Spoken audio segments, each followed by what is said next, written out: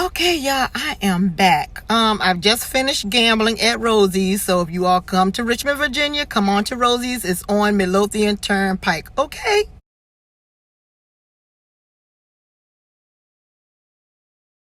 Okay, I am Miss Nicole Tyler.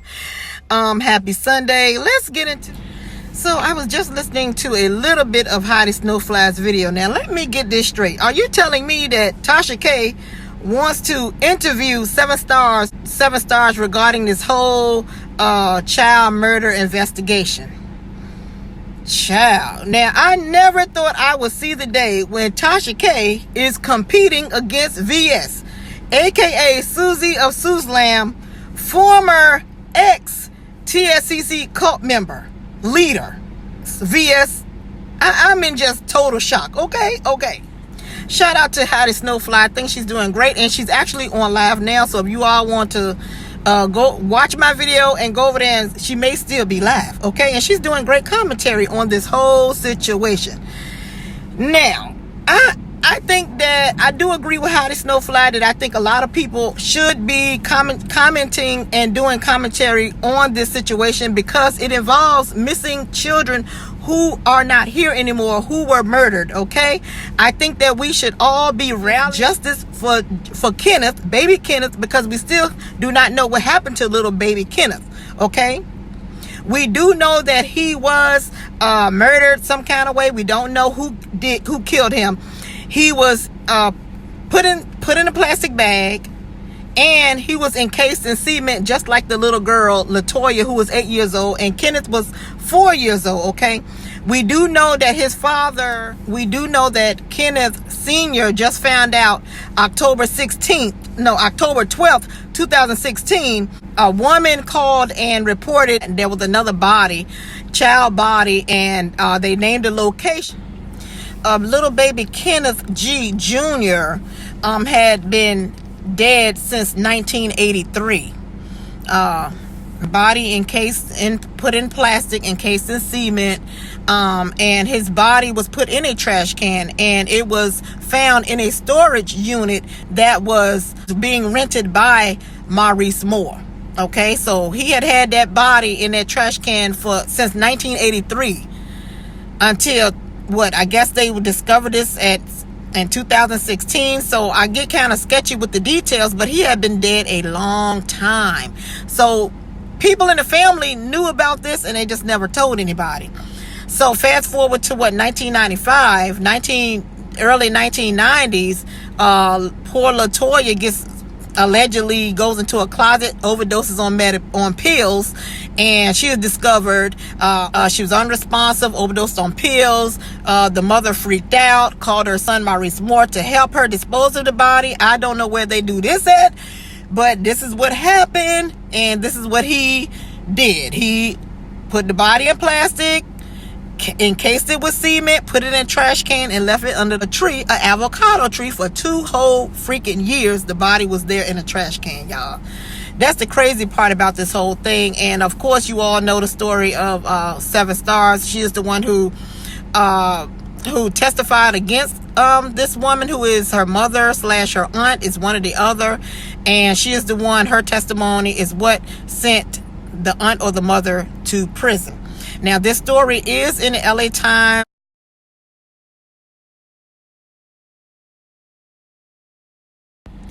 What's so crazy about this whole thing is you have people who are torn as far as our subscribers and our viewers, and even some of the YouTube content creators. They are torn. They do not want to talk about this. They want to move on from this. But how can you, when a lot of us are, especially me, I am subscribed to Seven Stars. So unfortunately, this story is a big story, and if TASHA K is interested in the story, then why can't anyone else report on the story? I don't think that, especially with all this doxing going on around, and people are doxing each other, doxing other content creators, and they're putting their business out, but yet people want to silence voices of talking about this. No, we have to talk about this.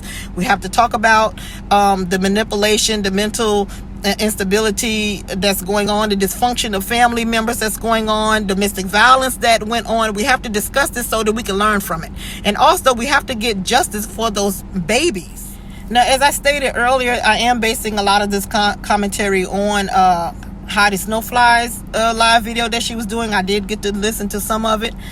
And if money is going to be transpired between the parties, Maurice Moore and 7 Stars, regarding their interview, we must not forget what's important is justice for these murdered children. We have to keep that in mind. We do know about, my heart goes out to 7 Stars and Maurice Moore, because I have been listening to both of their stories regarding this. A lot of it, they're angry that this has come out.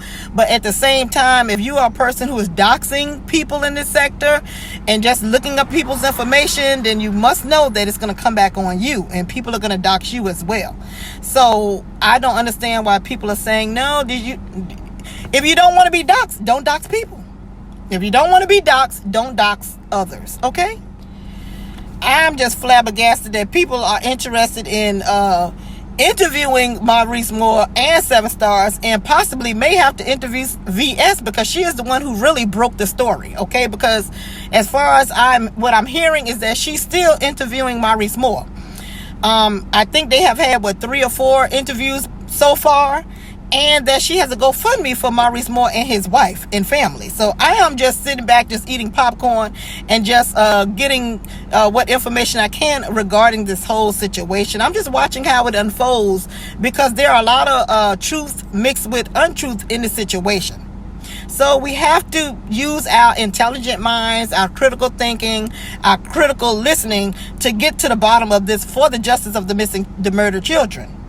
That is what we have to do. We cannot put ourselves above justice. We cannot put ourselves above God.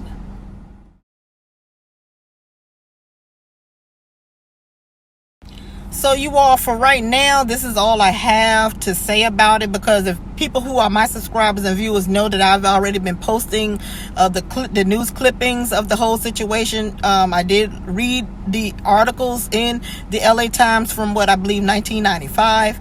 I also looked at the news video of the father, Kenneth G. Sr. He was at a gravesite of his little boy, Kenneth G. Jr. He had just found out that he had been murdered, and that it actually was his son, because for a long time, they didn't even know it was his son. And little Kenny G. Jr. had been murdered since 1983. And so we need to really find out what happened to little Kenneth G. Jr. We need to find out. I'm hearing that there are other missing children that may be murdered and missing out there, so we need to find that out. Also, so is this really a case of generational curses? Because in that live that I was listening to, I believe it was Mess Express episode 10, they were saying something about the grandmother, allegedly also a known child murderer, and that she had killed children back in her day. So we need to really investigate that. If we're going to be really getting into some investigating, we need to really ask the hard questions to find out and how to stop this from going on from generation to generation. It need to stop right here in 2019. Is if this is a generational curse, and how it can be stopped, how people can be saved, people getting therapy, people crying and letting it out and letting go all of those demons that devil wants to keep it inside. I'm so thankful to be here at this time in 2019 in the Aquarius age, when information is coming out. And maybe you all, this could be the first step of solving a lot of missing children's murders. You all of those children that are missing and murdered, we need to do what we can to get these stories out, to bring awareness to this situation, so that those precious babies can go back to where they came from, you all. So we have to leave ourselves out of it at the end of the day. I know people don't want to talk about this. It is hurtful, it's really sad and heartbreaking.